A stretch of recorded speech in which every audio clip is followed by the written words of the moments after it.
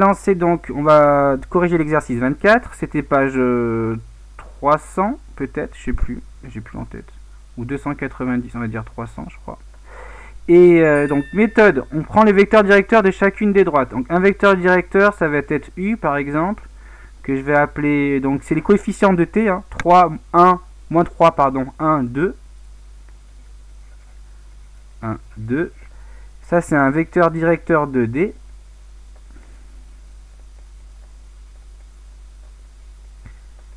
Ensuite, je prends U', comme là c'est des... Et je prends les coefficients de S, 6, moins 2, moins 4. Donc ça, c'est un vecteur directeur de D'. Et je regarde, est-ce qu'ils sont collinaires ou pas? Là, clairement oui. Pourquoi? On a quoi comme relation?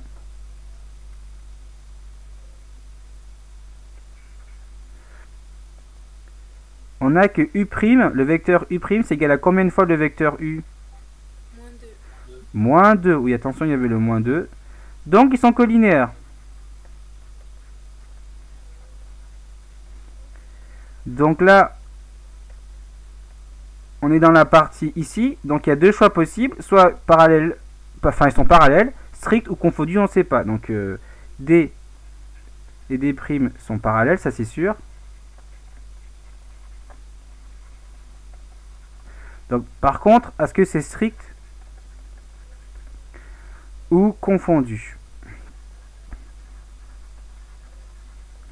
Donc, dans tous les cas, donc, il faut savoir si ils ont pas de points en commun ou tous les points en commun.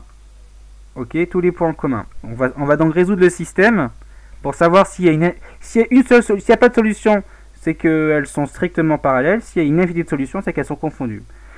Il n'est pas possible d'avoir qu'une seule solution. Ça, c'est certain. On peut pas. Si vous trouvez dans votre système une seule solution, c'est que vous vous êtes trompé, puisqu'il n'y a que deux choix possibles pour le système, soit aucune solution ou soit une infinité de solutions. Une solution, ça voudrait dire qu'elles sont séquentes. Or, on vient de prouver qu'elles sont parallèles. Donc, c'est pas possible. Donc, je crois que c'était Fanelli qui avait dit qu'il y avait une seule solution dans son système. Et c'était pas possible. Donc, on va résoudre. On va résoudre le système suivant. Donc, on va chercher un S et un T. Ici, là, pardon. Un T et un S, tels que donc les abscisses sont égales, les ordonnées et les cotes. Donc, ça revient à écrire 1 moins 3T égale 6S. 1 plus T est égal à 1. Alors, j'ai remarqué dans votre travail que la difficulté, c'est pas la méthode, c'est résoudre un système. Ça, c'est un des défauts, je pense un peu aussi des programmes. On n'insiste pas assez là-dessus, surtout en seconde et en première. Et souvent, les techniques sont mal maîtrisées, je pense, par manque de pratique dans les années précédentes. Donc, ici, on peut se poser la question. Soit je fais une méthode par substitution ou par combinaison. Donc, je sais que vous préférez la méthode par substitution. Et là, on voit clairement avec l'équation 2 qu'on peut faire une substitution parce qu'on peut écrire facilement T en fonction de S. Donc, j'y vais. Donc, je vais écrire ça. Je laisse ça. Là, ici, T, je peux l'écrire en fonction de S. Ça va faire donc moins 2S. Et là, je laisse tel quel. La première, c'est pas 6S. Ah, merci. Je sais pas pourquoi j'ai écrit 3. Merci. Hop. 4S. Et donc, à partir de là, je vais donc substituer. Donc, le T, je vais le mettre en haut. Tiens, je vais changer de place, j'ai le droit. Et en bas, je vais tout changer. Donc là, je vais mettre à la place de T, je vais mettre... Ça va faire plus... Je vais à plus vite. Ah non, je vais pas le faire parce que personne ne va comprendre après. 3 fois moins 2S égale 6S. Alors, il faut que j'écrive plus petit. Égale 6S. Et là, moins 3 plus 2 fois moins 2S égale 3 moins 4S. Capture d'écran. On va dire que ça va être aujourd'hui Lucas. Je vois qu'il a écrit quelque chose. X-2. Pourquoi il écrit X-2? J'ai pas compris, Lucas. Pourquoi X-2? Ça sort d'où ça? Merci Lucas. Alors, on va passer donc à la suite, on va résoudre ce système. Ici, je vais mettre là. Donc, comme t, il vaut 2s. Là, ça va me faire plus 6s. Vous voyez, je vais avoir... Alors, je vais l'écrire, mais je vois que ça fait... Donc, Fanelli, j'ai vu que tu avais abouti à ça. Et là, il faut en tirer des conclusions. Moins 3, moins 4s est égal à 3, moins 4s. Donc, si j'ai ça, j'aboutis donc à... Si je simplifie par 6s à gauche et à droite, et pareil par moins 4s à gauche et à droite, j'obtiens 1 égale 6, moins 3 égale 3, donc bon, t égale moins 2s. Est-ce qu'un tel système a des solutions? Voilà, c'est ça, Lucas. Est-ce qu'un tel système a des solutions? La réponse est bien sûr que... Quelqu'un peut répondre? Que non. Merci. Je me sens moins seul comme ça. Merci de répondre. Non, donc le système n'a pas de solution. Et comme il n'y a pas de solution, les droites, elles ne sont pas confondues, elles sont donc strictement parallèles.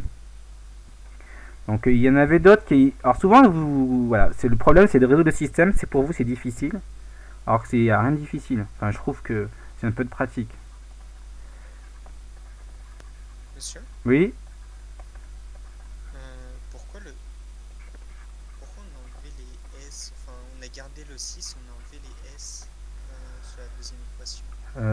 Où ça, on a enlevé les 6. En Là, dessous, non, les deux dernières, je parle. là, ici. Passer de 1 plus 6s égale 6s, vous avez mis 1 égale 6 à droite. Ah, pardon, je sais pas pourquoi, c'est 1 égale 0, merci. Ah, mais Zéro. t'es très vigilant, on a très très bien.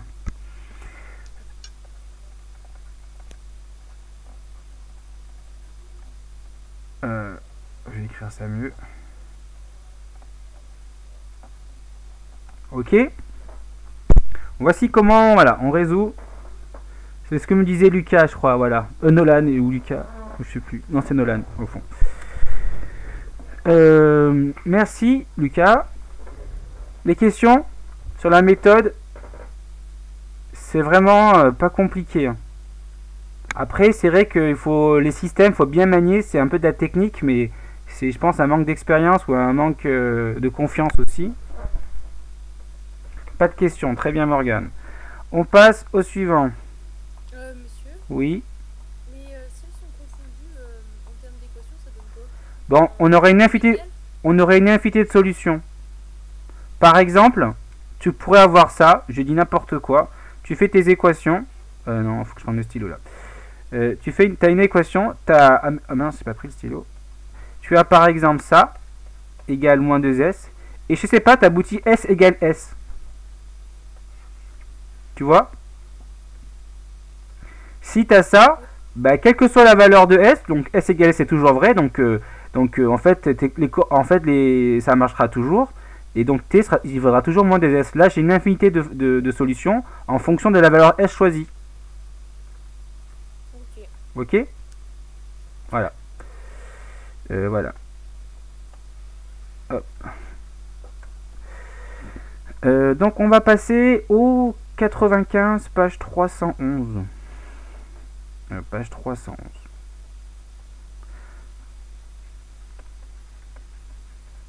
Alors, ici, il fallait donc, on avait 3 points, vérifier que, il faut montrer que c'est pas collinaire, d'accord. Ça, je le fais pas, ça, je pense que c'est assez facile. Il faut montrer, je vais gagner un peu de temps, que AB et AC non collinaires.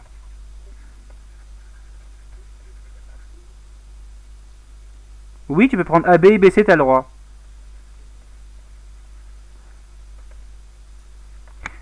Mais c'est pas ce qu'il y a de plus naturel, mais enfin en tout cas pour moi, mais tu as le droit.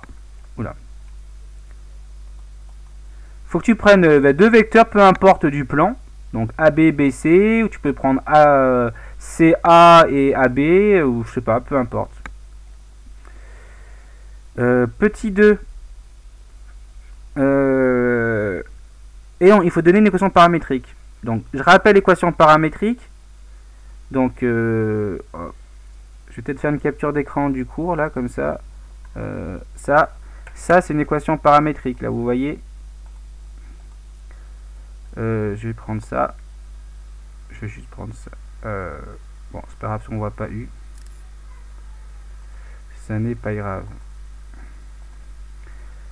Donc ça, c'est une question facile. Donc l'équation paramétrique de... Ça s'appelle mon stylo. L'équation paramétrique de P ou de ABC. Donc j'écris ABC. Alors certains oublient les x égale, y égale. Il y en a qui mettent... N'oubliez pas de mettre x égale, y égale et z égale. Ça c'est important. Donc en premier, je mets un point quelconque du plan. Donc là c'est le A. Je mets donc les coordonnées de A. Je pourrais prendre A, B ou C. C'est peu importe.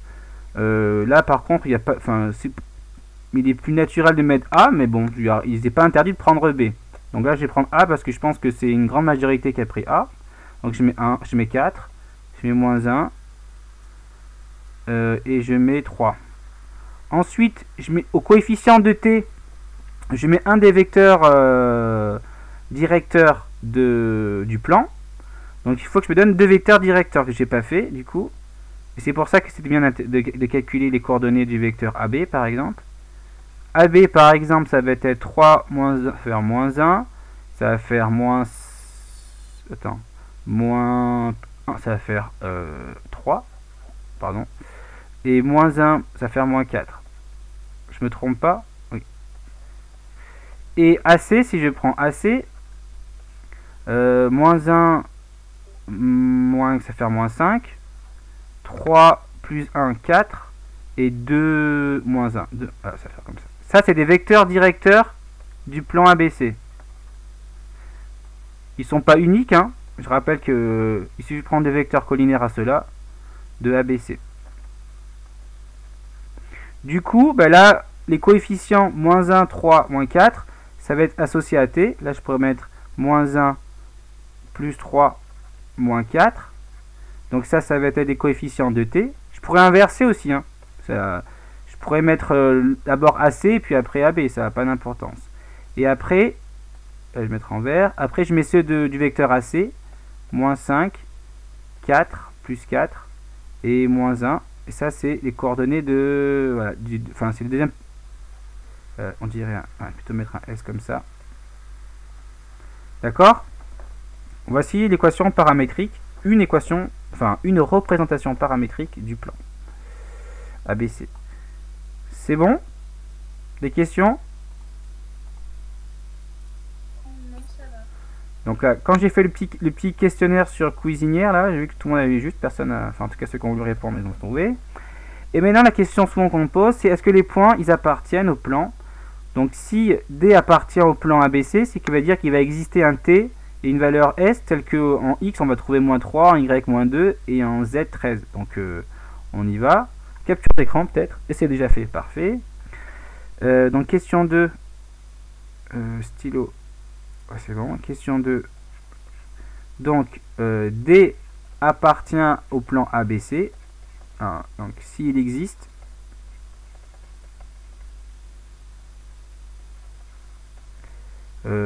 TS tel que, donc on a donc que le X il vaut moins 3. Donc le Y il vaut moins 2 et là il vaut 13. Donc là hop. Donc ça fait 4 moins T moins 5S. Là j'ai moins 1 plus 3 T plus 4S. Et là j'ai 3 moins 4 T moins S. Je dois résoudre ça. Ok. Alors il me suffit donc de résoudre. Alors comment je résous?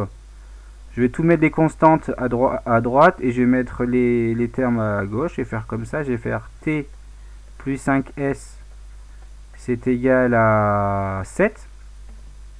Ok. Ensuite là je vais mettre 3T plus 4S c'est égal à moins 1. Et là, je vais mettre 4T plus S est égal à moins 10. Donc là, ce que je peux faire, c'est une méthode par substitution. D'accord? Souvent, c'est celle qui... Enfin, c'est fait exprès, je pense, dans les exercices, souvent. Je vais exprimer T en fonction de S. Ça va faire 7 moins 5s. Et du coup, je vais l'injecter, ce t, cette expression de t, dans les deux autres équations, les deux dernières. Donc je vais remplacer t par 7 moins 5s. Donc 7 moins 5s plus 4s égale moins 1. Donc ça, il faut vraiment le faire parce que je vois que c'est difficile pour ceux qui me donnent leur travail là. Donc résoudre un système, entraînez-vous sur ceux que vous avez déjà une réponse déjà. Pour vous tester sur les problèmes techniques que vous rencontrez et comment contourner les difficultés que vous rencontrez dans cette résolution. Je vais essayer d'avoir les deux. Alors là, donc t, il vaut toujours 7 moins 5s. Donc là, je vais avoir moins 15, ça va faire moins 11. Et là, je vais avoir 21 moins 22. Là, je vais avoir moins 20 moins 19. Et là, je vais avoir 28 moins 28 moins 38. Est-ce que je me trompe ou pas? Mince. Donc au final, on voit que S vaut combien?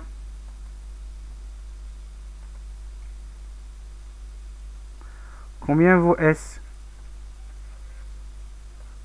Qui veut bien me répondre à chaque fois? Non, S il vaut pas 11. Ah oui, non, pardon. 2, oui. 2 fois 11, 2 fois moins 11, moins 22, et 2 fois moins 19, ça fait moins 38. Donc ça c'est bon, c'est cohérent, mais du coup ça marche, il y a une solution, et S il vaut donc 7 moins 10, c'est-à-dire moins 3. Donc c'est bon, il y a donc est-ce que le point D appartient à BC? Oui.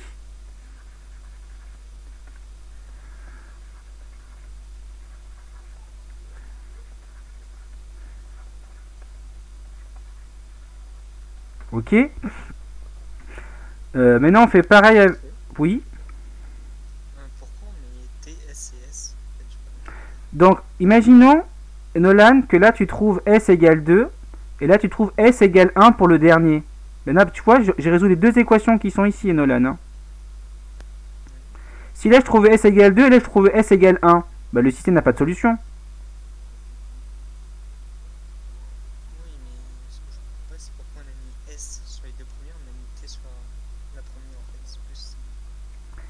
Bah, le t là, tu vois, au départ, cette expression là que tu vois sur l'écran, j'ai exprimé t en fonction de s. Ça m'a donné t égale 7 moins 5s. D'accord? On cherche juste t et s en fait, c'est juste ça. Bah, c'est ça, résoudre le système, c'est de rechercher t et s. Okay. Et on les cherche, et on cherche à savoir s'il y a une réponse, une solution cohérente. C'est-à-dire que si là je trouvais s égale 2, là je trouvais s égale 1, je peux pas avoir une solution où S a deux valeurs, parce que S n'a qu'une seule valeur. Enfin, ne peut pas avoir deux valeurs S. C'est bon, Nolan? Donc résoudre un système, c'est pas très dur, mais ça demande un peu d'entraînement. Et se poser des bonnes questions, voilà, pourquoi on fait ça, pourquoi on fait ça, est-ce que je peux faire autrement? Et comme il n'y a pas de... Il y a plusieurs méthodes, hein. Donc là j'ai exprimé S en fonction de T en fonction de S, j'aurais pu faire autrement, j'aurais pu utiliser la dernière équation là et exprimer S en fonction de T, j'aurais trouvé d'autres expressions. Mais au passage, c'était Morgan, s'il m'écoute, je sais pas s'il est là, c'est pas parce que les expressions en fonction de S sont différentes qu'il n'y a pas de solution. Vous voyez là, si je regarde cette version, ces deux expressions là que je vous montre, elles sont différentes. Mais il y a, pour une valeur de S précise, ces deux expressions sont égales. Mais pour d'autres valeurs de S, elles ne sont pas égales. Donc c'est pas comme ça. Ce que Morgan m'avait dit, là c'est différent. Donc il n'y a pas de solution. Bah non, enfin, pour toute S, c'est pas vrai. Mais si pour une valeur S, c'est possible, c'est justement l'intérêt du réseau de système, c'est de trouver une valeur qui fait que des expressions qui ont l'air différentes coïncident sur une valeur. Donc, après avoir beaucoup parlé, et c'est important de débloquer toutes ces difficultés, on va passer au point E. Et à vous de faire, donc pour le E, je ne vais pas le faire parce que c'est un peu long. Pour E, même méthode. Et normalement, on trouve que E n'appartient pas. Donc, à faire. Hein. Donc, on trouve que E n'appartient pas au plan ABC. Parce que vous verrez que le système n'a pas de solution. Donc, n'appartient pas, le point E n'appartient pas au plan. Vous voulez que je détaille ou c'est bon? Non, c'est bon. C'est un peu long, donc ouais, je vais pas... Faut le faire par vous-même. Si vous avez des doutes sur votre système, envoyez-moi, hein, je suis là, je suis disponible. Vous m'envoyez la photo de votre travail. Et s'il y a un moment donné où vous ne comprenez pas pourquoi vous trouvez qu'il n'y a pas de solution ou qu'il y a une solution, je ne sais pas, vous me le dites. Je préfère faire du cas par cas que de faire une correction alors que tout le monde a... Enfin, dire tout le monde, que peut-être que 80% ont compris. Il y avait... C'était tout, hein. Ouais, on avait corrigé des exercices. Maintenant, on va faire la suite du cours. On y va. On parlait de vecteur normal, souvenez-vous. Là, donc je vais retourner. Alors voilà, ça c'est important. Je vais revenir quand même rapidement. Donc sur la notion de vecteur normal, ce sera ce qu'on va faire aujourd'hui. Un vecteur est normal à un plan, d'accord, s'il est perpendiculaire à ce plan, c'est-à-dire que si la droite portée par ce vecteur est orthogonale à ce plan. Ok. Voilà. On avait vu comment on pouvait définir des positions relatives entre deux plans à l'aide des vecteurs normaux. Donc si vous connaissez les vecteurs normaux des plans, vous pouvez en déduire beaucoup de choses. Donc là, les positions. S'ils sont collinaires les vecteurs, vous savez que les plans sont parallèles, stricts ou confondus. Donc c'est-à-dire que s'ils ont un point en commun, ils sont l'un sur l'autre. Et s'ils n'ont aucun point en commun, c'est qu'ils sont strictement parallèles. Si les vecteurs ici ne sont pas collinaires, comme vous pouvez voir ici, donc les vecteurs ne sont pas parallèles, forcément les plans sont séquents en une droite. Et si les vecteurs, en plus d'être non collinaires, ils étaient en plus orthogonaux, c'est-à-dire perpendiculaires, ou ça veut dire que le produit scalaire il est nul, donc on pourrait dire que les plans sont orthogonaux. Moi je dis orthogonaux, mais on peut trouver perpendiculaires aussi sur les sites ou sur des manuels. Chose importante que j'ai pas rappelé, mais je l'ai pas écrit. Ah non, attendez. Ah oui. Donc pour savoir si deux vecteurs sont orthogonaux, c'est-à-dire perpendiculaires, bah, il faut regarder le produit scalaire. S'il est nul, c'est qu'ils sont orthogonaux. Ça on l'a vu. Donc chose importante. Maintenant on va passer ce qui est important là, c'est l'équation cartésienne d'un plan. Donc on a vu, petit rappel, les représentations paramétriques d'une droite et d'un plan. D'accord, c'est ce qu'on vient de faire là, dans les corrections d'exercice. Et là on va voir une équation cartésienne. Alors première chose, comme vous avez un plan P, et vous avez un vecteur normal, qui est donc orthogonal au plan, si vous prenez ce vecteur, vous l'attachez à un point A qui appartient au plan, et je prends un point M quelconque sur le plan, ben forcément le vecteur AM et le vecteur normal, ils sont orthogonaux.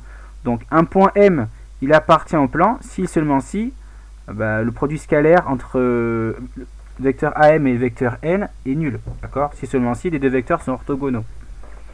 Bon, je ne ferai pas la démonstration, mais ça c'est important de comprendre ça. Donc on peut définir l'ensemble des points, et ça c'est important de comprendre cette propriété 26, c'est que l'ensemble des points d'un plan, finalement, ce sont l'ensemble des points avec un point du plan, donc AM est orthogonal au vecteur N. Donc vous avez à la fois un critère pour vous dire ce point il appartient au plan parce que le produit scalaire est nul, et inversement, si vous avez un point du plan, vous savez que le produit scalaire il est nul. Donc ça c'est intéressant d'avoir ce critère là, et ce qui va nous permettre de définir ce qu'on appelle une équation cartésienne.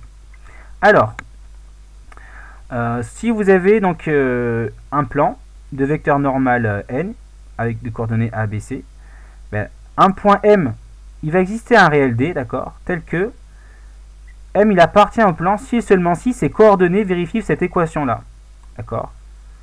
Ça vient du fait de l'expression qui est ici. C'est pour ça qu'il y a égal 0 d'ailleurs, ça vient du fait que il y a un produit scalaire qui est nul quelque part dans cette expression là. Donc ça c'est important, cette expression là on appelle ça une équation cartésienne.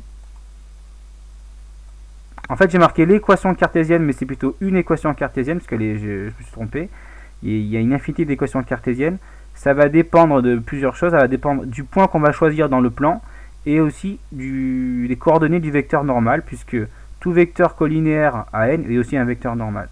Donc ce qui est important, c'est que, et ça il faudra remarquer, que A, B et C, vous les retrouvez ici. C'est le même A, c'est le même B, c'est le même C. Donc sauf le D, que ça se calcule. On ne le sait pas à l'avance, il faut faire des calculs, mais vous savez déjà que dans l'équation cartésienne d'un plan, le coefficient de x, de y et de z sont les coordonnées du vecteur normal. D'accord? Et inversement, si vous avez une équation de ce type-là, vous savez d'entrée que c'est un plan avec comme vecteur normal le vecteur de coordonnées A, B et C. Ok? Donc c'est ça ce que je disais Loïc tout à l'heure dans ma question dans mon quiz là.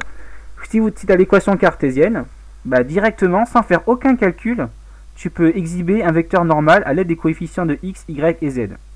Je ne me casse pas la tête. Là, je prends les coefficients de x, y, z et c'est les coordonnées du vecteur normal.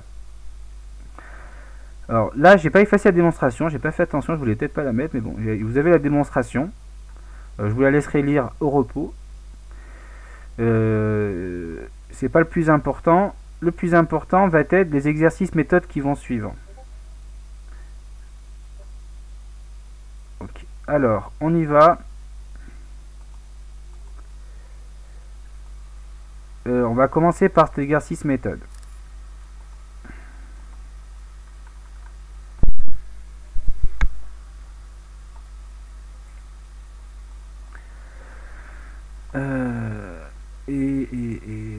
Et je vais mettre un rappel du cours, là c'est un peu trop grand, je vais gagner un peu de place. Voilà, et je vais faire un rappel du cours donc sur l'équation cartésienne. Je vais le mettre... On finit à quelle heure déjà? Ah oui, à 3h30, ok. Je vais prendre juste ça, pile, hop.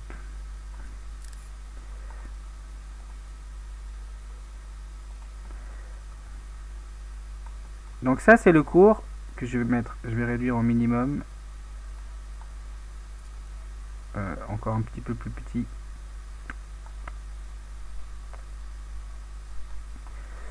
Alors, donc je vais mettre un petit trait de séparation pour bien qu'on distingue les deux choses. Alors, ici vous avez un repère orthonormé et vous avez un point A et un vecteur n de coordonnées 2, moins 6, 4. Il faut déterminer le plan qui passe par A et des vecteurs normal n. J'ai oublié de mettre une équation cartésienne. Pardon. Si vous avez imprimé, vous pouvez corriger. Alors, ici, je rappelle le cours. Vous avez un vecteur normal. Donc déjà, je rappelle que P, je peux l'écrire comme ça. Le plan, il peut s'écrire, il passe par le point A. Donc, je vais écrire ses coordonnées. Et porté par le vecteur normal n.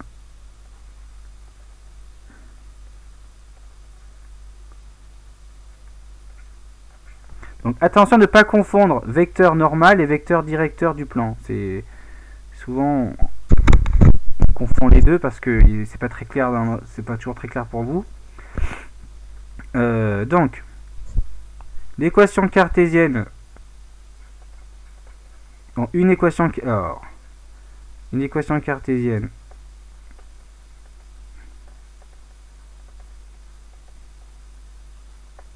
de P donc est de la forme.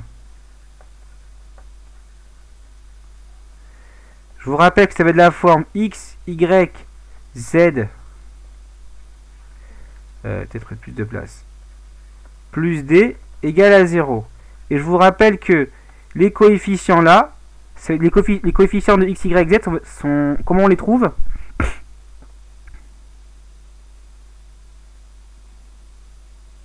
Le vecteur directeur. Voilà, donc c'est quoi le coefficient de x?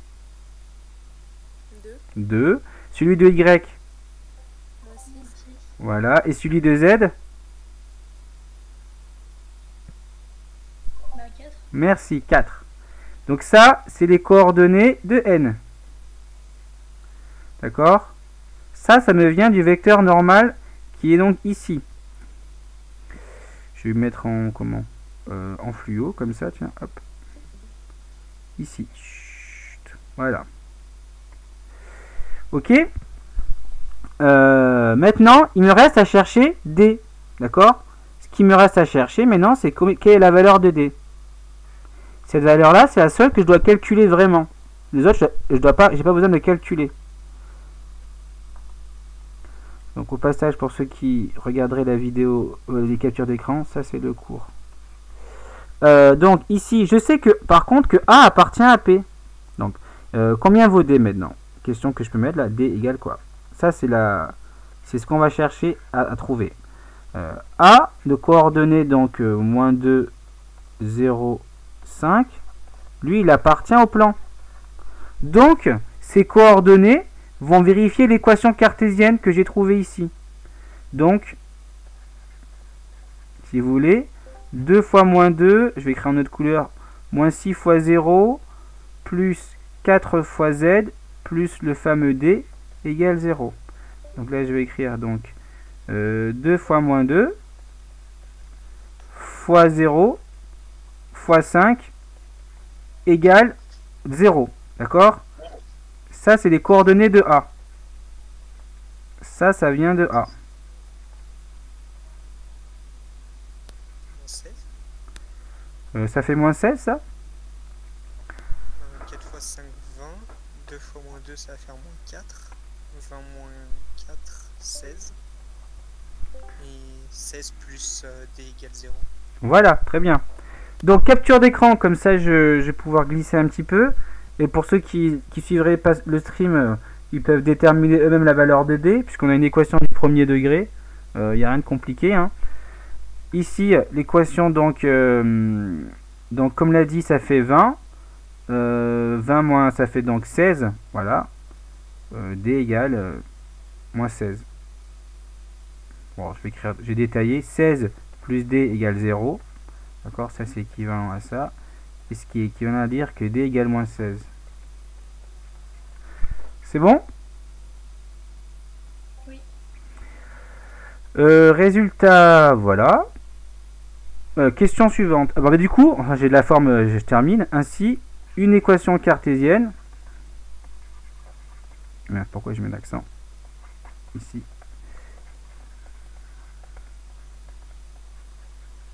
De P, 2 points, c'est donc 2x moins 6y plus 4z moins 16 cette fois-ci, donc plus moins 16 si vous voulez, égale 0. Ça, c'est une équation cartésienne du vecteur AB. Ok?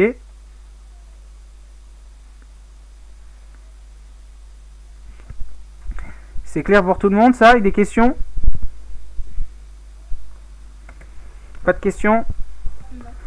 Donc, maintenant, question 2. Le point appartient-il au vecteur, appartient-il donc au plan A, au plan P? Donc, je vais remettre capture d'écran. Merci, c'est bon, elle est faite la capture d'écran.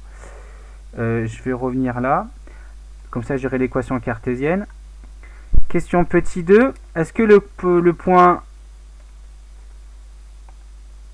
je vais écrire en bleu plutôt. Est-ce que le point M il appartient donc au plan? Qu'est-ce qu'il suffit de faire? Qu'est-ce qu'il suffit de faire? On remplace x, y, z et on voit si on retrouve D. Voilà, on regarde si ça fait moins 16. On remplace x, y, z et on fait le calcul ici avec moins 16. Si ça fait 0, c'est bon. Si ça fait pas 0, ça marche. Ok. Donc on remplace donc 2. Je vais mettre en rouge comme ça sera clair. Plus 4 moins 16. D'accord. Je vais regarder combien ça vaut. Donc c'est 2 fois 1. Moins 6 fois moins 2. Et 4 fois 0. Combien ça vaut tout ça? Ça fait 2. Ça fait plus 12, ça fait 14. 14 moins 16, ça fait combien? moins 2. C'est pas égal à 0. Donc, qu'est-ce qu'on peut dire? Que ce point il est pas dans... Il n'appartient pas. Voilà. P n'appartient pas à P. M n'appartient pas au plan P.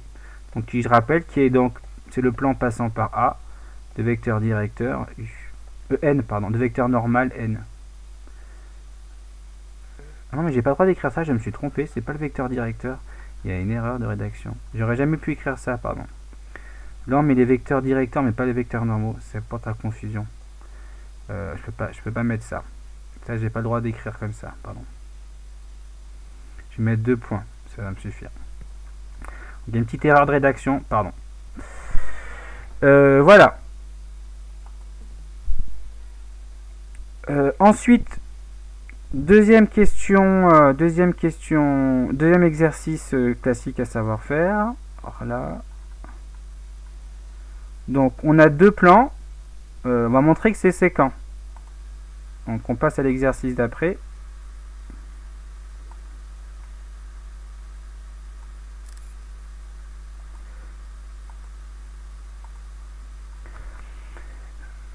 Hop. L'autre exercice méthode.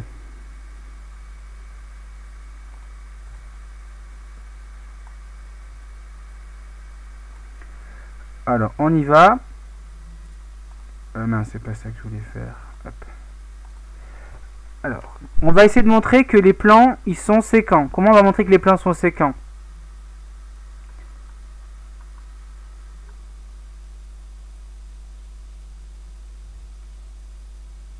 Il faut montrer que leur intersection est à vide, ou alors que leurs vecteurs normaux ne sont pas les mêmes.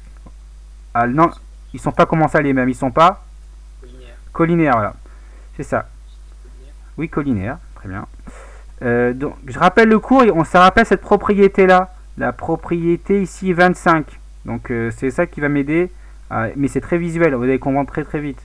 Mince, qu'est-ce que je fais ici? C'est bon. Donc ça, je vais prendre ça. Voilà. Non, j'ai pas pris les...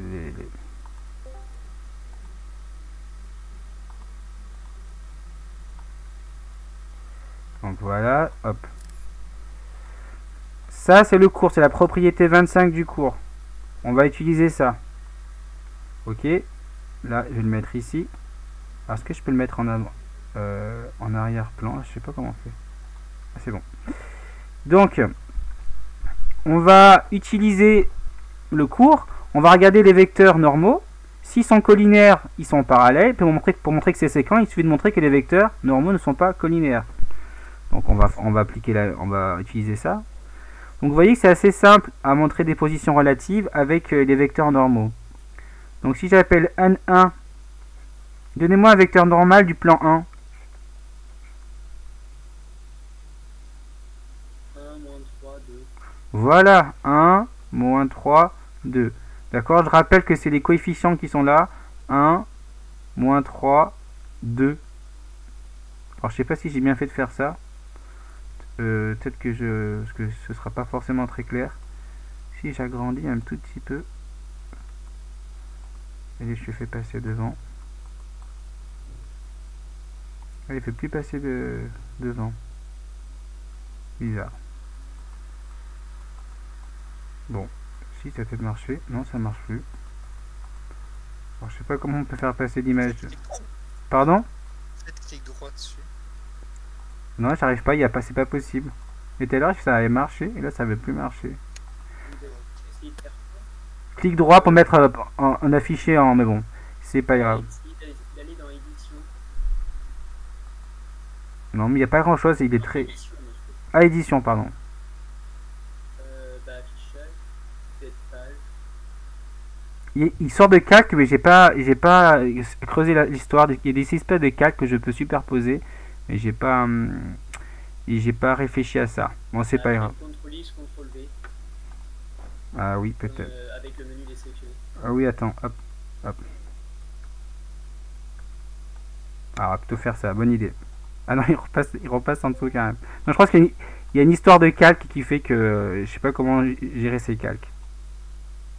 C'est possible. Peut-être que l'autre est sur le calque 2. Ce que je vais faire de toute manière, c'est pas, on voit l'image, c'est le plus important, c'est de voir ça.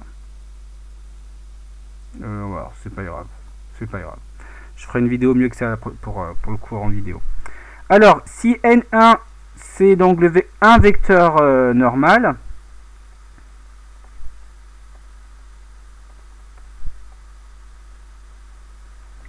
de P1, et je vais me donner un vecteur, donc N2, un vecteur normal, quel d'autre que Loïc m'a donné un vecteur normal. Je sais pas qui c'est qui peut participer parmi tous ceux qui sont là. Il y en a plein qui peuvent participer. Du coup, 2, 1, 7. Merci. 2, 1, 7. Parfait. Donc sache... passage pour ceux qui regarderaient, c'est les coefficients de x, y, z. Hein. Alors je l'ai écrit, c'est pas ça qu'il faudrait, enfin c'est pas très clair, mais c'est pour que ceux qui suivraient pas le stream,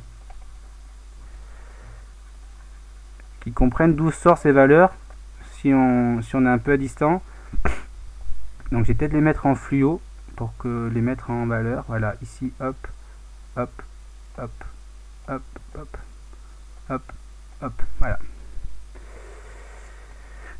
Du coup, est-ce qu'ils sont collinaires? La réponse est que non, d'accord. Les coordonnées ne sont pas proportionnelles, par exemple, on peut mettre ça.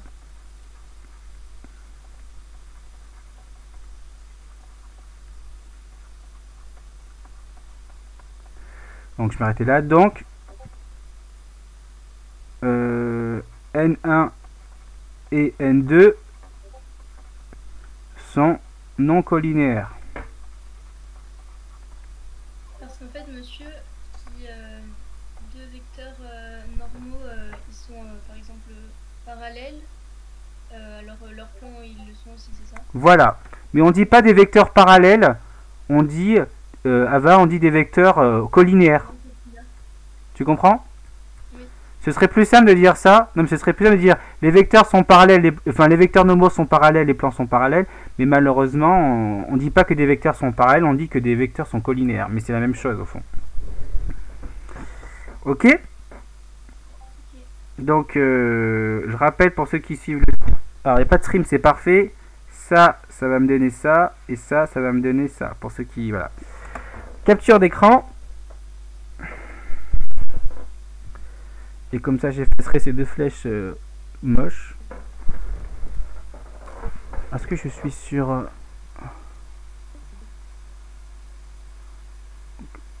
Merci Lucas. Donc je reviens en arrière parce que ces flèches elles sont vraiment moches. Hop, hop. Et donc maintenant, les plans sont séquents. Donc faut que je termine. J'ai pas terminé en fait. Je crois que d'avoir terminé, mais non. Donc les plans sont séquents.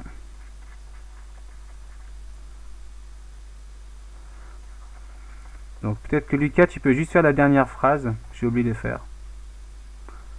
D'accord. Maintenant, on appelle delta la droite d'intersection des deux plans. Donc si les deux plans sont séquents, elles sont forcément dans une droite. Et là, on va mélanger avec ce qu'on a vu jusqu'avant. On va donner une représentation paramétrique de delta. Cet exercice, pourquoi je l'ai mis? Parce qu'il dit deux choses. Ce qu'il faut comprendre, c'est que la question qu'on peut se poser, c'est quelle est l'équation cartésienne d'un plan? Qu'est-ce que c'est qu'une équation cartésienne d'une droite? Ben, il n'y en a pas vraiment. En fait, puisqu'une droite, c'est l'intersection de deux plans, ben, l'équation cartésienne d'une droite, ce sera un système, comme ceci, vous pouvez voir, en fait, un système de deux équations cartésiennes et que chacune représente un plan. Donc déjà, et c'est pour ça qu'on vous demande la représentation paramétrique de delta et pas une équation cartésienne, puisqu'en fait l'équation cartésienne de delta, c'est le système formé par les deux équations cartésiennes de P1 et P2. D'accord? Ça, je vais l'écrire dans la question 2. Donc, petit 2. Donc, avant de commencer la question petit 2, voilà. Donc, une remarque. Une droite. Donc, A pour équation cartésienne.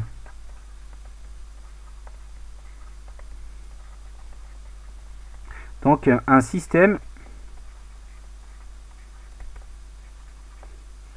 de deux équations cartésiennes de plan.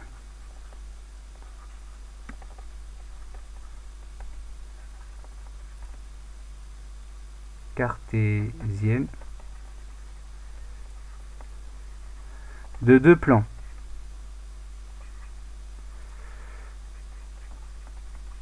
Car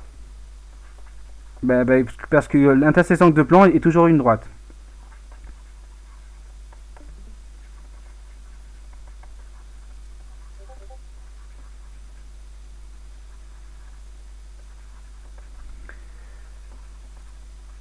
Non parallèle, bien sûr, hein, parce que c'est pas forcément vrai, mais quand ils sont pas parallèles, c'est forcément une droite.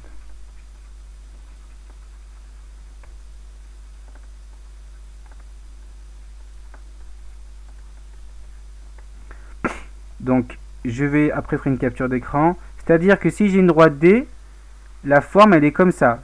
Ce sera donc l'intersection donc de deux équations cartésiennes comme ceci. BY plus Z plus D. Non, je vais aller trop vite. Égale 0 et ça.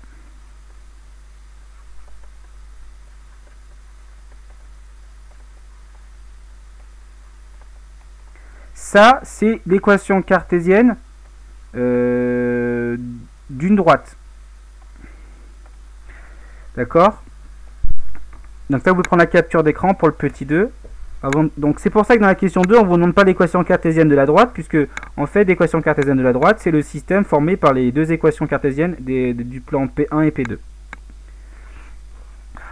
Alors maintenant, comment trouver l'équation cartésienne? Donc, au final, ainsi, donc là on peut répondre D, delta, pardon. Donc A pour équation, donc dans l'exercice. Hein. Alors, dans l'exercice, bien sûr. Bon, là, c'était une remarque générale. Delta, je vais t'écrire comme ça. Lui, il a pour, justement, c'est son équation cartésienne. Alors, je vais peut-être le déplacer pour avoir l'exercice sous les yeux. Ah, je vais mettre ça ici. Ah mince. Ici, voilà. Je vais peut-être trop, non, je vais faire comme ça. Désolé là de toutes ces manipulations. Hop.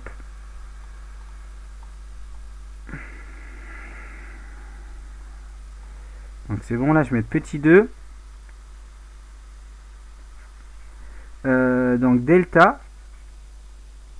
Si je regarde ce système là, qui est x moins 3y plus 2z moins 5 égale 0. 2x plus y plus 7. Ah, c'est un z, là je me suis trompé, vous ne l'avez pas dit. Il y a un petit z là, je me suis trompé. Z moins 1 égale 0. Donc ça c'est l'équation, ça c'est une équation cartésienne de delta.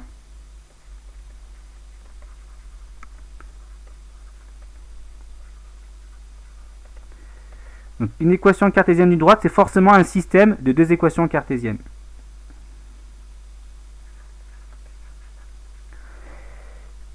Mais comment passer donc de cette équation cartésienne là à une représentation paramétrique de delta? C'est tout là la difficulté. Donc ce qu'on fait, donc on va introduire un paramètre t. Donc ici, comment on va déterminer une représentation paramétrique par contre.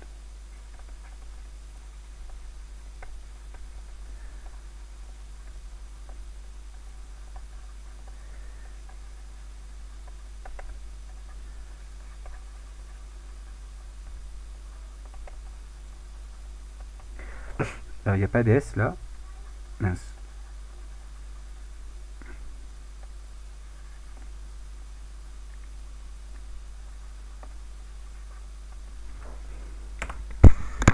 Alors je vous laisse écrire déjà, il y a beaucoup de choses à écrire. Capture d'écran là de ça.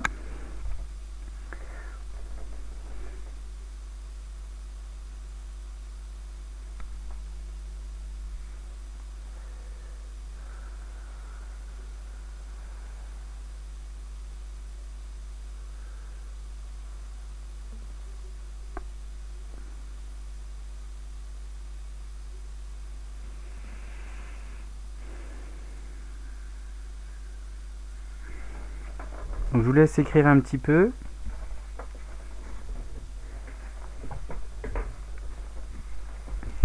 Vous me dites quand vous êtes prêts, là, enfin ceux qui peuvent parler, vous me le dites, comme ça j'ai une idée. C'est bon, j'ai fini d'écrire. Ok. Bon, si Ava a fini d'écrire, je pense que... Alors maintenant, là c'est une question difficile quand même. Ça, c'est une question difficile. Alors, enfin, une question difficile. Souvent, déjà, si vous avez du mal à faire des systèmes, à résoudre un système, là, en termes de difficulté, on est au-dessus. Alors, ça dépend si c'est très dur pour vous de résoudre un système, mais là, il faut bien manipuler. Donc, vous vous rendez bien compte que dans ces... que x, y et z, là, dans ces équations cartésiennes, ce sont les coordonnées des points qui appartiennent à, donc, au plan P1, P2. Et donc, ça, si vous avez un point qui appartient à delta, un point de coordonnées x, y, z, ces coordonnées vérifient forcément ces deux équations. Donc là, vous avez les x, y, z de votre équation, enfin de votre représentation paramétrique, mais il n'y a pas de paramètre, d'accord? Donc il faut introduire un paramètre. Comme c'est une droite, il n'y en a qu'un seul. Ça, c'est la première initiative, petit 1. Il faut introduire un paramètre.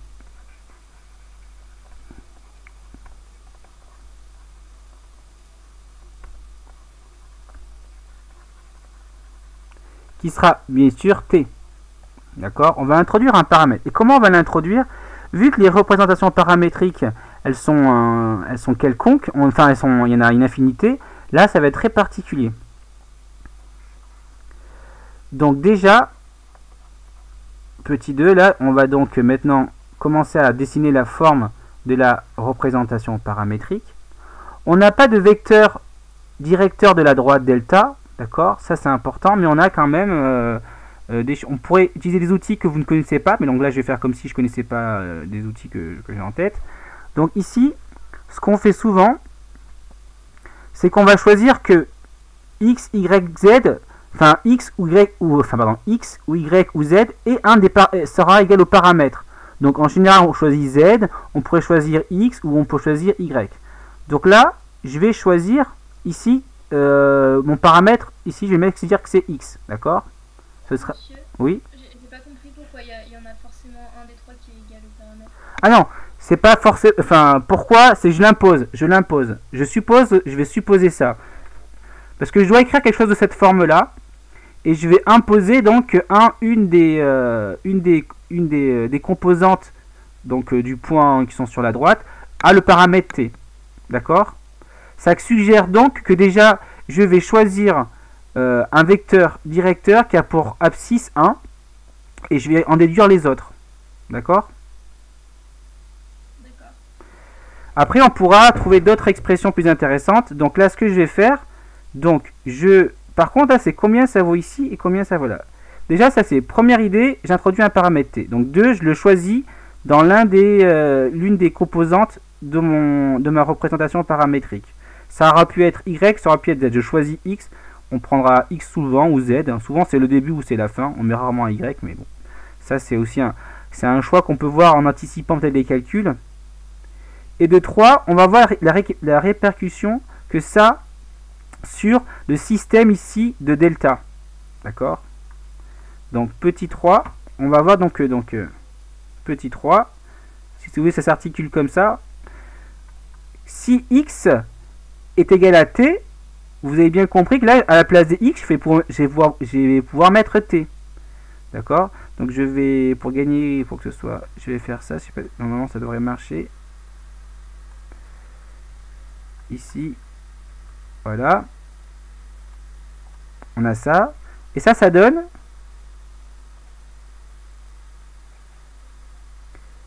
Donc, avec...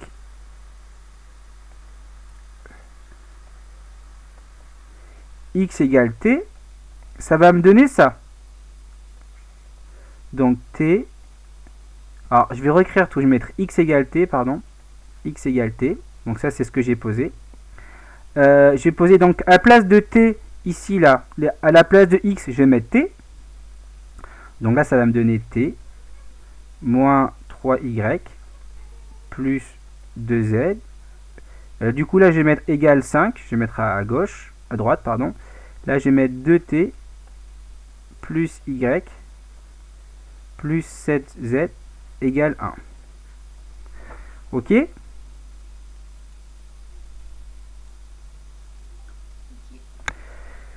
Du coup, en fait, là, vous avez, si vous voulez, un système, si on regarde que les deux équations, vous avez un système donc de deux équations, là, si je fais ça, avec deux inconnus, qui va comporter finalement une infinité de solutions, d'après, puisque je sais que là, je sais que y et z peuvent s'exprimer en fonction de t, c'est ce que je vais essayer de faire, d'exprimer y et z en fonction de t. Alors, du coup, je vais donc continuer ici, donc x égale t. Là, je vais écrire moins 3y plus 2z égale 5 plus t. Ok. Non, 5 moins t, pardon. Et là, y plus 7z égale 1 moins 2t. Donc là, j'y suis presque. Hein. Vous voyez, par rapport à mes points d'interrogation que j'ai mis là, enfin, j'y suis presque. Là, j'ai donc x égale t. Là, il faudrait que je trouve... il faudrait que je résous ce système en fonction de t. D'accord? Là, il faudrait résoudre ce système. Là, ici, je vais écrire en rouge. Il faudrait résoudre ce système. Ce sous-système, on peut mettre.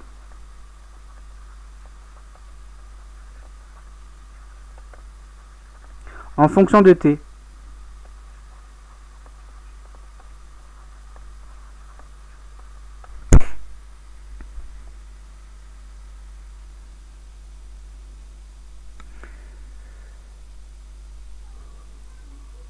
Donc la question c'est, en êtes-vous capable? Alors, pendant la capture d'écran, on en est où? J'ai loupé quelque chose. Je vais peut-être un peu vite. On va en première capture d'écran pour Lucas. Là, déterminons delta. Petit 1, il faut choisir un paramètre.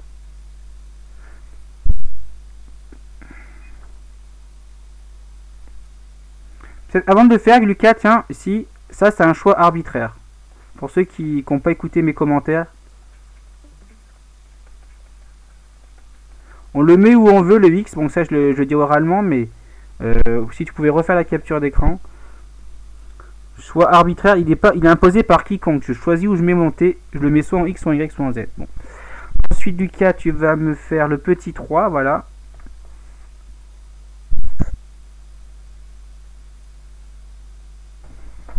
Faudra forcer sur les équations pour être connu avec. Et du coup, je vais essayer de résoudre ce sous-système là, juste en prenant les deux dernières équations et de résoudre ça en fonction de t. Parce que t, on peut le fixer et dire que c'est une constante, ça vaut ce que ça vaut t, et essayer de résoudre ça en fonction de t. Et là, on y va. Donc je vais m'intéresser donc à ce sous-système. Ok, je vais juste m'intéresser à lui. Et donc je vais l'écrire. Vous voyez que c'est quand même assez technique. Pardon, j'ai écrit en noir. J'ai donc ça. Pour la rédaction, je vais l'isoler.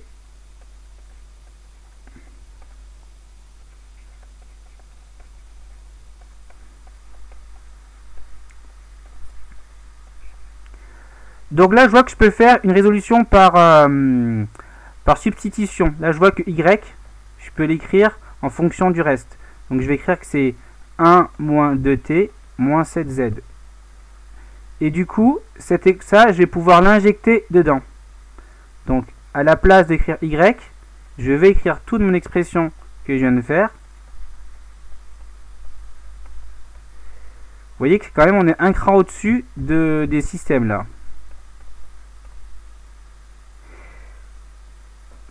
Et je vais résoudre ça en fonction de t. Donc t, il faut comprendre que c'est quelque chose de fixé. D'accord? C'est quelque chose, je peux le considérer comme étant un nombre, si vous voulez, là, enfin c'en est un d'ailleurs, mais il est fixé et j'essaie pas de résoudre, j'essaie pas de trouver, si vous voulez, y, z et t. Non, t, je le suppose connu, il m'est donné, et j'essaie de trouver y et z en fonction de t.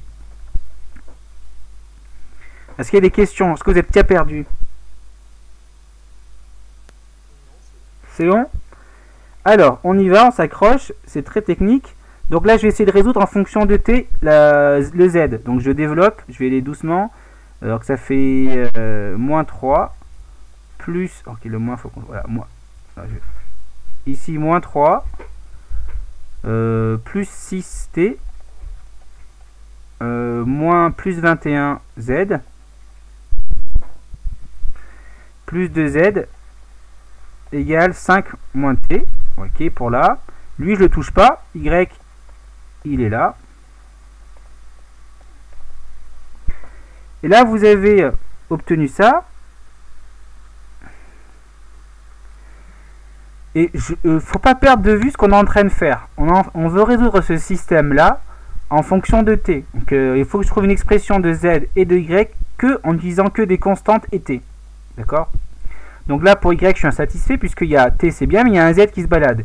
Mais là, vous vous rendez bien compte que si t est fixé et qu'il est supposé connu, vous avez une équation du premier degré en z, d'inconnu z. Bon, on va résoudre cette équation-là. On va trouver une expression de z qu'on va ensuite injecter dans y. Est-ce que c'est clair pour tout le monde pour la stratégie? Oui. Donc vous allez capture d'écran, je ne sais plus où est-ce qu'on est arrêté, donc là, donc c'est bon, j'en suis là, on peut encore écrire un petit peu plus. Donc là, je peux au moins écrire la résolution, enfin la simplification de ce qui va suivre. Donc y, c'est 1 moins 2t. Donc franchement, là, si vous regardez que les écrans, c'est pas forcément, c'est difficile à suivre, je pense. Enfin, je pense. Donc là, j'ai 23z, d'accord, est égal à 8. Et les t, là, je bascule, ça fait moins 7t. Ok. Donc capture d'écran, peut-être pas forcément capture d'écran. Remarque si là, du coup, je vais pouvoir mettre de la place ici. Souvent, les expressions qu'on va trouver, elles sont pas très jolies. D'ailleurs, je le vois déjà que ça peut être très joli. Z, du coup, lui est égal à 8 sur 23, à moins que je me sois trompé. Non, c'est bon. À moins que je me sois trompé, c'est possible. Moins 7 sur 23, t. Et y, c'est toujours 1 moins 2t. Moins 7. Et du coup, je vais mettre mon z. Puisque là, mon z, j'ai une expression de z ici. Je vais l'injecter ici. Vous comprenez? Oui, ça va. Donc ce z là, finalement, je vais le mettre ici. 8 sur 23 moins 7 sur 23t. Capture d'écran là. Je pense que... Et là, c'est fini. Enfin, quasiment fini. Et c'est quasiment la fin de l'heure, c'est parfait. On verra ça plus tard, donc ça c'est très technique. Alors, ici, il n'y a pas ça dans le questionnaire, je vous assure, dans le questionnaire que j'ai mis, il n'y a pas ça, donc vous rassurez-vous. Ça, c'est ça, donc un peu de travail. Donc ici, j'ai Z, j'ai mon équation. Donc vous voyez là, j'ai Z en fonction de t, tout va bien. Dans mon équation, dans ma représentation paramétrique. Et Y, donc là je vais essayer de simplifier. Alors on y va, hein. On y va. Moins 2t. Alors moins 7, ça simplifie pas. Ça fait 56 sur 23. Plus 49 sur 23t. Et je vais bien sûr simplifier donc les termes en t et les termes constants. Ok, c'est très moche. Alors je n'ai pas fait attention à l'équation que j'ai. Pourtant j'ai pris un exercice dans un livre. Alors ici vous avez 8 sur 23 moins 7 sur 23 et y. Donc là en termes constants, donc 23 moins 56, ça fait combien ça?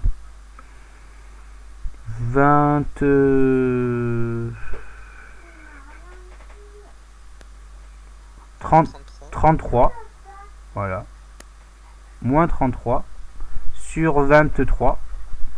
Ensuite, moins 2t plus 49, 23t. 43 sur 29, 3t. On multiplie par, ça fait 26. Et moins 26, ça fait combien? Moins 20. Moins 6. Ça fait, t'as raison, ça fait plus 23. C'est ce que tu m'as dit, non? Non, 2t ça va faire 46. Ah, mais 46, oui. Ça va faire 49 moins 46, donc 3 sur 23. Merci. Ah, j'allais faire une erreur. Et voilà. On a donc résolu le système en fonction de t. Donc on a l'expression de y et de z en fonction de t. Ok? Donc conclusion. Oui? Ça sert à donner la représentation paramétrique de delta. Parce que, je rappelle, ça c'est Jocelyn, non? Donc là, tu as la représentation cartésienne de delta. Je l'ai dit parce que c'était l'intersection de deux plans. Et moi, je voudrais une représentation paramétrique de delta. C'est-à-dire que je voudrais dire la représentation paramétrique, c'est x égale quelque chose, y égale quelque chose, et z égale quelque chose en fonction de t, d'un paramètre t. Donc comme j'ai mis x égale t, vous voyez, c'était peut-être pas le bon choix de mettre x égale t. Si j'avais mis z égale t, je pense d'ailleurs c'est ce que l'exercice voulait, parce que souvent c'est z qu'on mettait. Mais bon, là j'ai mis au hasard. Si j'ai mis z égale t, peut-être que les résultats obtenus seraient peut-être plus jolis. Après, ça c'est à voir. Je l'ai. Ouais, c'est pas très beau. Conclusion, et ça c'est là, il ne faut pas perdre de vue ce qu'on est en train de faire. Une représentation paramétrique, et c'est pas la plus jolie, hein.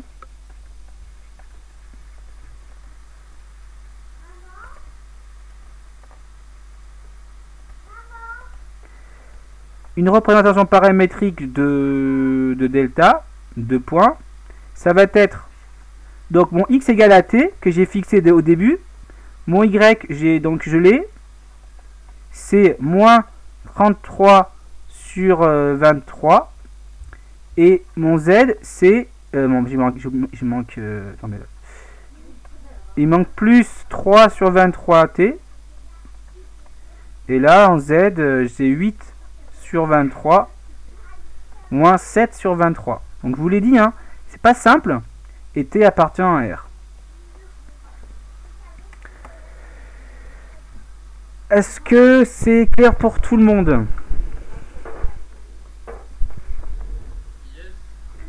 C'est bon? C'est très technique, hein. Ouais, mais c'est très technique, ça demande une certaine... Il faut un peu s'habituer.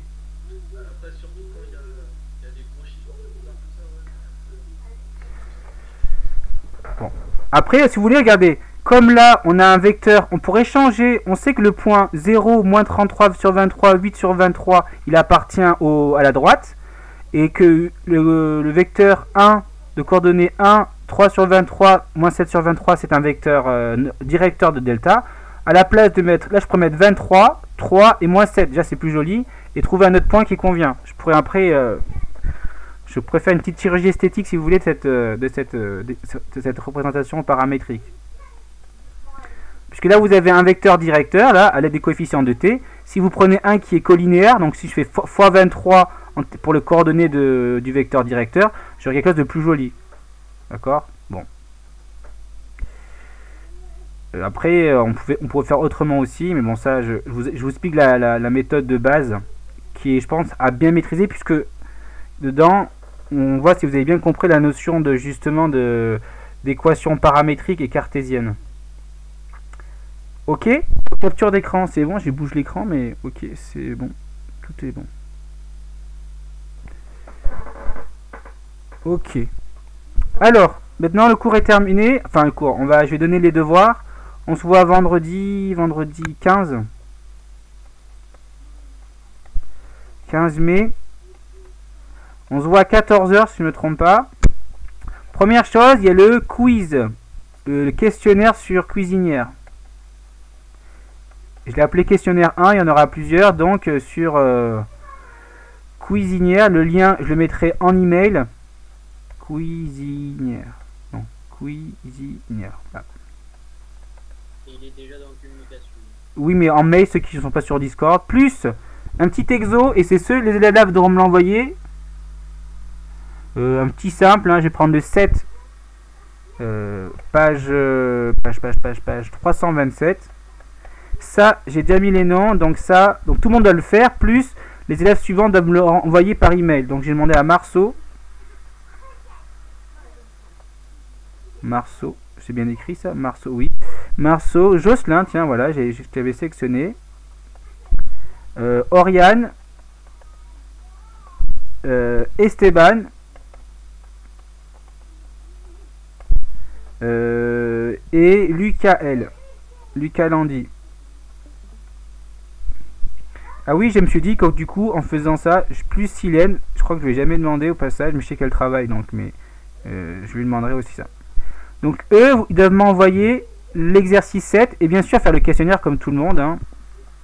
Vous avez juste, en plus de me faire une photo de votre travail.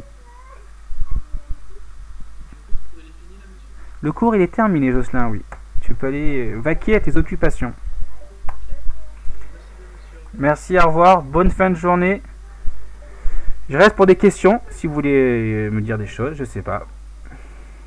Je vais enlever le stream déjà. Au revoir. Au revoir. Au revoir.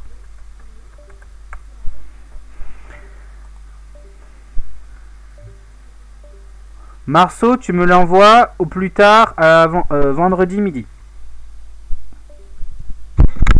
Je sais pas s'il m'a entendu, Marceau.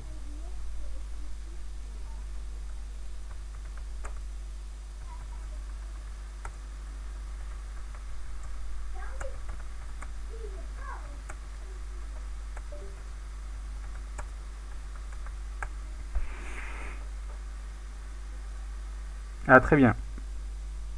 Ou plutôt avant. Marceau, c'est avant. Donc, le plus tôt est le mieux. C'est comme tu veux.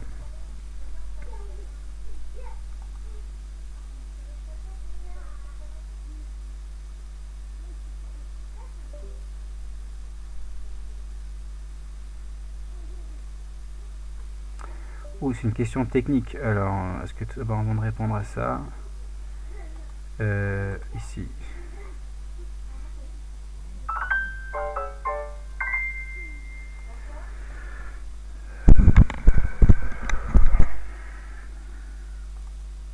Capture d'écran, déjà comme ça c'est fait. Donc, communication.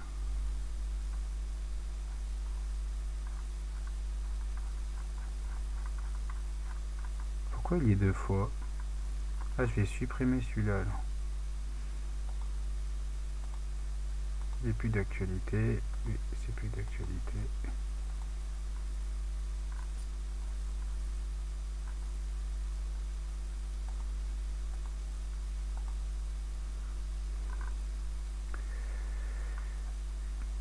Alors, je suis plus sur le forum. D'accord, je peux vous l'envoyer maintenant. Enfin, ben, pas de problème, Marceau. N'oublie pas de faire le questionnaire sur Cuisinière.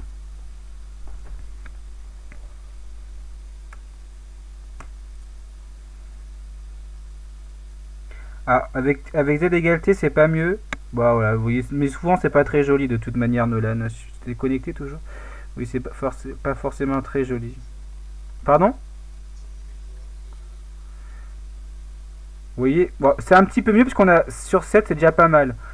Si tu multiplies tout par 7, ça, en plus c'est bien parce que tout est sur dénominateur 7. Si tu multiplies tout par 7, tu as une équation plus jolie. On aurait pu mettre par exemple x égale 7t. Ça marchait très bien. Si tu mets x égale 7t, ça simplifie tous les dénominateurs t. Non, parce que les autres, tout n'était pas sur 23, j'avais l'impression. Ah si. Si j'avais mis, si j'avais mis x égale 23t dans mon expression là, tous les 23 auraient été simplifiés au dénominateur. Mais ça, il faut l'anticiper avant. C'est pas forcément évident. Mais peut-être que des fois dans les exercices, ils vous le disent. Mais après, voilà. Mais souvent, c'est pas très joli. Hein. C'est vrai que souvent, c'est pas très joli de passer de l'équation cartésienne à la représentation paramétrique. C'est pas très joli.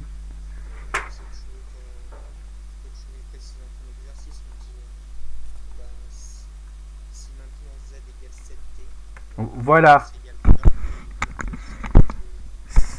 C'est un exercice possible.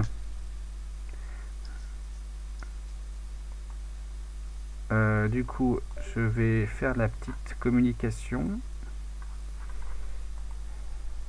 Ah oui, le cours est terminé, pardon.